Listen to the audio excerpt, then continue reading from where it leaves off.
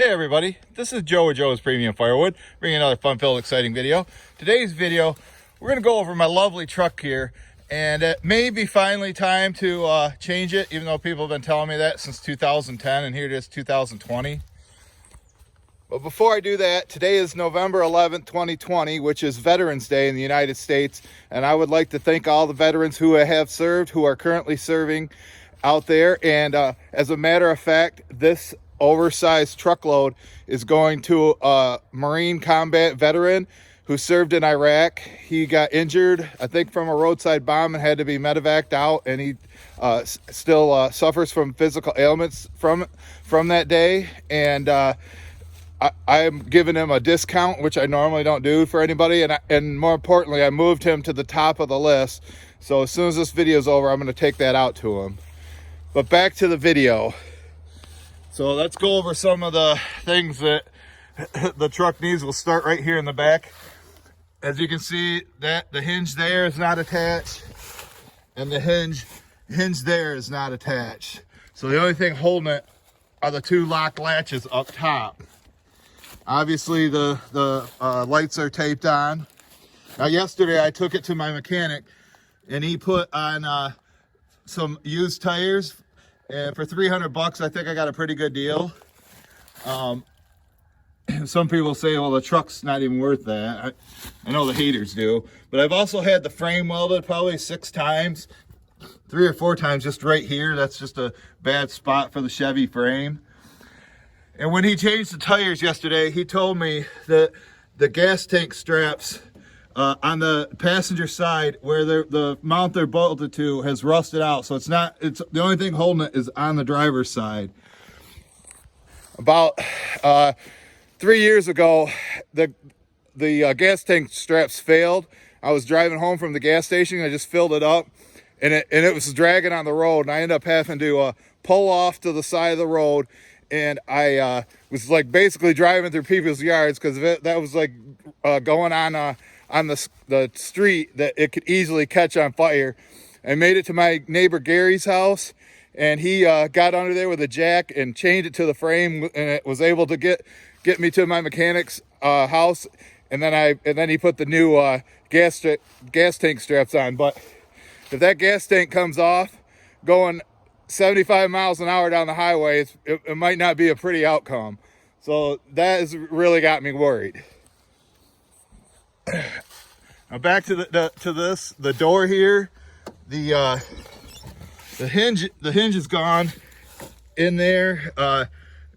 What happened is it's bent. The door's bent. The hinges that hold the door on, and so it wiggles up and down, and it finally broke that in there. And to have that replaced was going to be like $400. So now what I got to do is have it strapped on to hold the door shut. And you can see those are duct taped on. Here's the tires in the front. I think the rear ones are a little bit better, but still got a decent amount of tread. And then these lights are taped on. And then I hit a deer coming home from the casino about, I don't know, 2 or 3 years ago. So now I got to tape those on. And this is taped on. You see that? Now there's the block that I'm going to take Andrew, the splitting block. It's another white oak like the one I took from my live stream that I did Sunday. So he can use that if he wants to split these pieces down more. He asked for all oak, but I said there's no way you're getting that. I go, if you want all oak, I can bring you all oak, but it's going to be out of that pile, which is green. Right here, the headache bar. You can see I got it duct tape on. All the welds holding the bars have broke on it. I asked my mechanic if he'd fix that, if he could do it for under $100, and he said the price of steel is so high right now that it would be way more than that. So I just said, well, for right now it's holding, but maybe I have to put some more Gorilla Tape on there, but I don't want to put too much into that. And here's the other tire here, and you can see where the frame's been welded down there.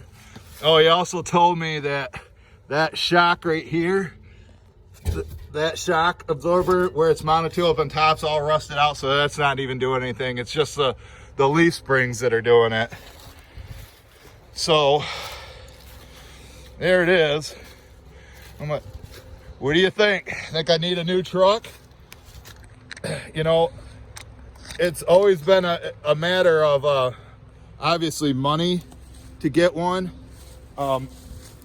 Right now, if I rounded up all my money, I could probably come up with like $4,500, but I don't think that's gonna buy anything decent. You know, I actually got on a Facebook Marketplace this morning, and there is a 2012 Chevy 3/4 ton with 5,000 miles, a gas engine, but I guess a tree fell on the bed and it's pretty smashed up. But I mean, look what I'm driving.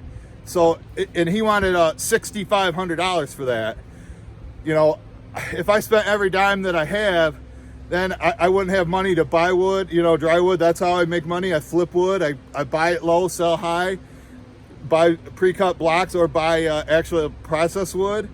If I don't have any money to buy wood, then I'm not. And I'll show you how much dry wood I got right now. Right there. That's how much dry wood I got left. I got some up at Bay 1, but it's probably only like a truckload's worth. And so I don't think I could get a loan for the other three. You know, so I wouldn't want to spend more than like $3,500, which would leave me about $1,000 to like live on, survive on, buy wood, make more money, and build it up. So, and I don't know if I could get a loan from the bank. I doubt that. I don't really have good credit or have any credit at all, because I haven't really, you know, nothing's been in my name for years. So as far as like making payments on, and I just did pay my I paid 2 months rent, or $2,000 worth of rent, or my rent's paid for the next through March, so I don't have to come up with, you know, $100 a week for that. And so as far as if I went and bought something that was like $3,500, it'd be like a half ton, and I'd probably have to constantly replace parts on it and have it fixed, and then I wouldn't have money to do that. So I mean, I really need something, you know, over $5,000. Like that truck would be perfect. It's just not, it's not pretty, but is this pretty? And it'd be nice to get a loan, you know, maybe for like a $12,000 truck, because like this truck right here, I bought it in 2005 right around Thanksgiving. So I've had it for 15 years. I've kind of have an emotional attachment to it. My last payment on it was in 2010. Yes, I've had to replace every single part in it at least once. The power steering pump and alternator had to be replaced twice. So it's hard to get rid of, you know. But now it's in the back of my head of driving down the road and having that gas tank fall off there and start dragging and the truck blow up. That's the other thing. For the last 5 years, I've always been worried about the frame breaking, but it's still going, but barely, you know. But the motor's solid on it. It runs great.